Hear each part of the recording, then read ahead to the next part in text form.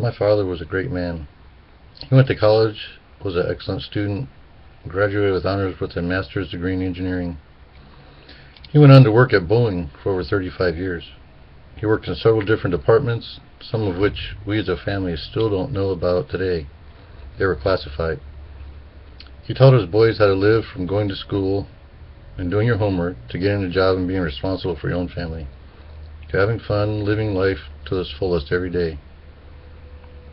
All of this information I just gave you was forgotten, as if it never happened. When my father died from the most vile disease that I've ever seen or heard of, it was called Alzheimer's disease. I have personal experience with this disease from its onset to the final conclusion of death. For those of you in the audience who have not experienced this disease or heard of it, I will present some information to you about what it is. According to the Alzheimer's Project Momentum in Science, the disease was first described by Dr. Alois Alzheimer, a German physician, in 1906. Alzheimer had a patient in her 50s who suffered from what seemed to be mental illness. But when she died in 1906, an autopsy revealed dense deposits outside and around the nerve cells in her brain. Inside the cells were twisted strands of fiber or tangles. Today, a definitive diagnosis of Alzheimer's disease is still only possible when an autopsy reveals that these markers of the disease. Since Dr. Alzheimer was the first person who discovered the disease, Alzheimer's disease was named after him. This was over 100 years ago, and the medical researchers have only found some of the causes of this terrible disease. To this date, there is still no cure. The best hope we have of stemming this epidemic is through investments in research. Right now, federal funding for Alzheimer's research is at a historic low, with less than 1 in 10 grants submitted actually being funded.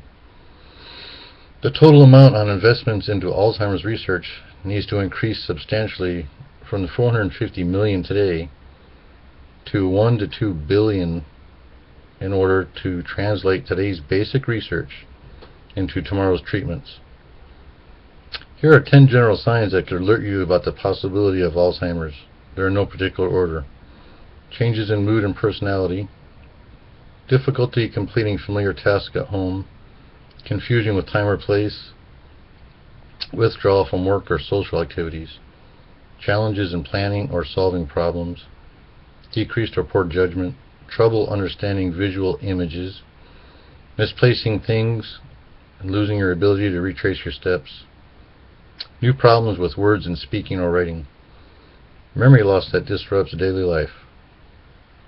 My father acquired all 10 of these. As the disease progressed, so did the intensity of each of these conditions. I put in these 10 general signs because although this is a persuasive speech, I also wanted to take a few seconds to educate you because this is so important. This is what those 10 signs will lead to.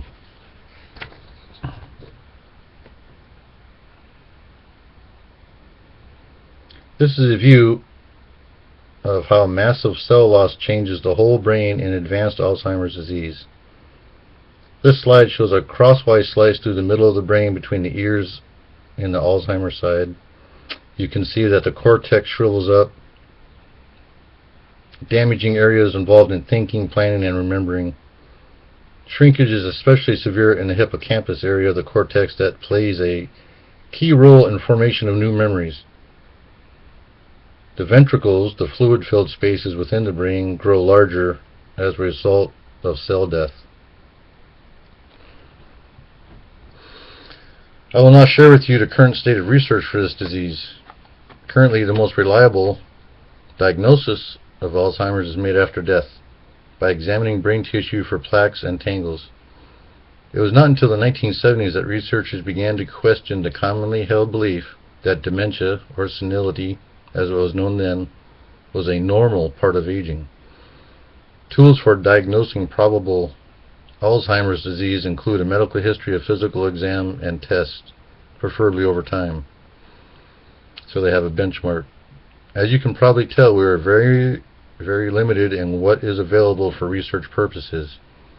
Only after death can a doctor be sure that his patient has Alzheimer's. It's a very frustrating field because of this limitation.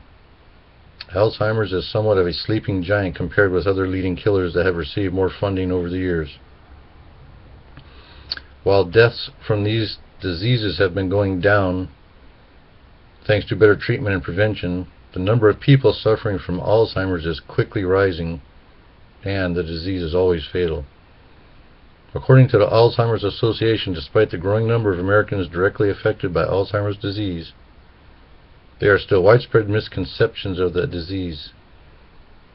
Those that participated in a public input process cited extensive lack of public awareness of Alzheimer's. Compared with other major diseases, Alzheimer's appeared to be less known and less likely understood as a normal part of aging. Even lesser known is younger onset Alzheimer's, which strikes individuals under the age of 65, sometimes in their 40s. Many people said the lack of public awareness is a primary reason for lack of public sympathy, insufficient resources, and dwindling research grants into addressing Alzheimer's. The best hope we have of stemming this epidemic is through investments in research. Right now, federal funding for Alzheimer's research is at a historic low, with less than 1 in 10 grants submitted actually being funded. The total amount on investments into Alzheimer's research needs to increase substantially from the $450 million today to $1 to $2 billion a year in order to translate for the new treatments.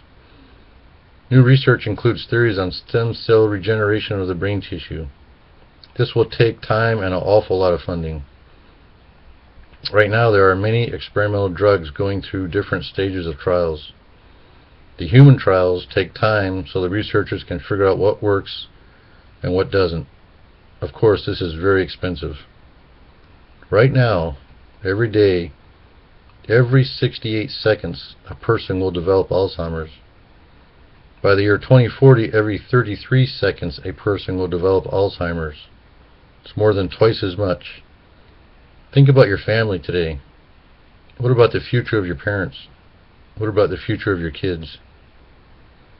Researchers and scientists predict that $2 billion a year over the next 10 years will be needed to see significant advancement in treatment and prevention, said Keith Fargo, Director of Scientific Programs and Outreach at the Alzheimer's Association. Funding by the National Institutes of Health for Alzheimer's in 2012 was about $500 million, far below funding for heart disease and cancers. The estimated funding in 2013 was $484 million, even less. Tonight I shared a little bit of information on Alzheimer's, first with a short story from personal experience, and then explaining the origin and general definition of the disease. I also shared some warning signs that we all should be aware of for your family's sake. Lastly, I shared what lies ahead in the fight against Alzheimer's. It is plain for everyone to see that this disease will overtake the big three: heart disease, HIV, and cancer in the future. We need to be proactive in the fight to battle Alzheimer's before that future is a reality. Won't you please consider giving a small amount of your income to research for new medications, diagnostics, and finally, a way to prevent this deadly disease. Thank you for your time and attention regarding this important issue.